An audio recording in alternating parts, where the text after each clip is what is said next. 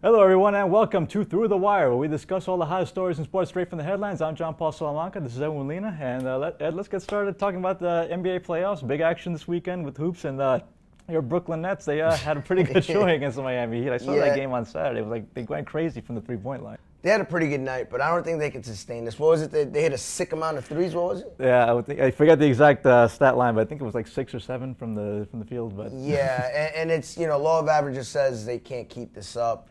I need to bring up an interesting point, though. The Knicks last year, that's how they made their killing against the Heat. 3 out of 4 games they took last year. Of course, much different team. But the perimeter game, it seems like that might be Miami's Achilles heel right there. Yeah, if you get hot, and especially guys like ISO Joe Johnson, who can create their own shots, it gives them a little bit of problems. I just don't think that Brooklyn has enough weapons. If anyone's seen Darren Williams, please give me a call. There's a missing point guard in Brooklyn. So yeah, it's cool win, but I'm looking at the long term.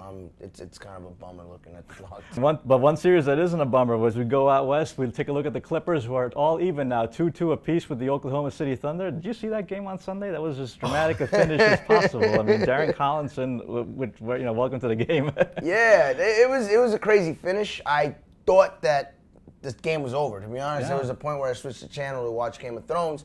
I thought it was over, and here we are at series tied 2-2. We're down now to a best of 3. I still like Oklahoma City, but I got to question a lot, what's going on with that team in the fourth quarter as far as Durant and Russell Westbrook. Some days they're Batman and Robin, some days they're Avon and Stringer. So tell me, I mean, me personally, I would love to see the Clippers in the finals. How do you feel about that? I don't care. I don't want to see Really? them. I'm sorry. I don't buy into America's team thing. I just don't. At the end of the day, if this man goes to the finals, this man's going to make a lot of money that he gets to pocket. Look, I'm sorry that people want to see Chris Paul and Blake in the finals. I don't want this man making money. And if it means that the collateral damage means Chris Paul and Blake Griffin don't go to the finals, then so be it. I like how you refer to him as this man. This man being Donald Sterling, who just conducted an interview with CNN this week, and where he says apparently he's sorry. Yeah, I'm sure he is. He's sorry to have gotten caught. I'm sure he's sorry to be with this woman. Is he sorry about the discrimination lawsuits against him? At the end of the day, this cloud still hangs over him, and it's not going to go away. It's not. No, it's. I think that at this point, while I can give him some credit for doing the mea culpa in front of national television, I thought honestly that he was just going to hold himself up and not show up for possibly ever again.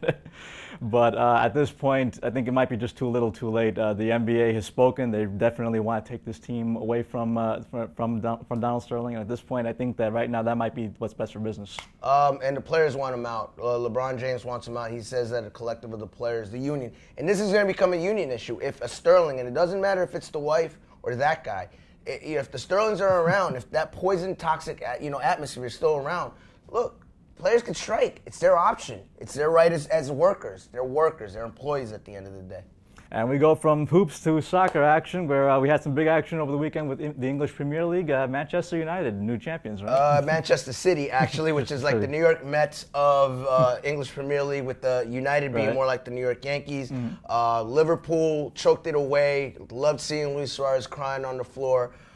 When they got that was last week towards the end of the week. Chelsea blew it also. Congratulations to Man City. It's their second title in 3 years. They're doing big things over there.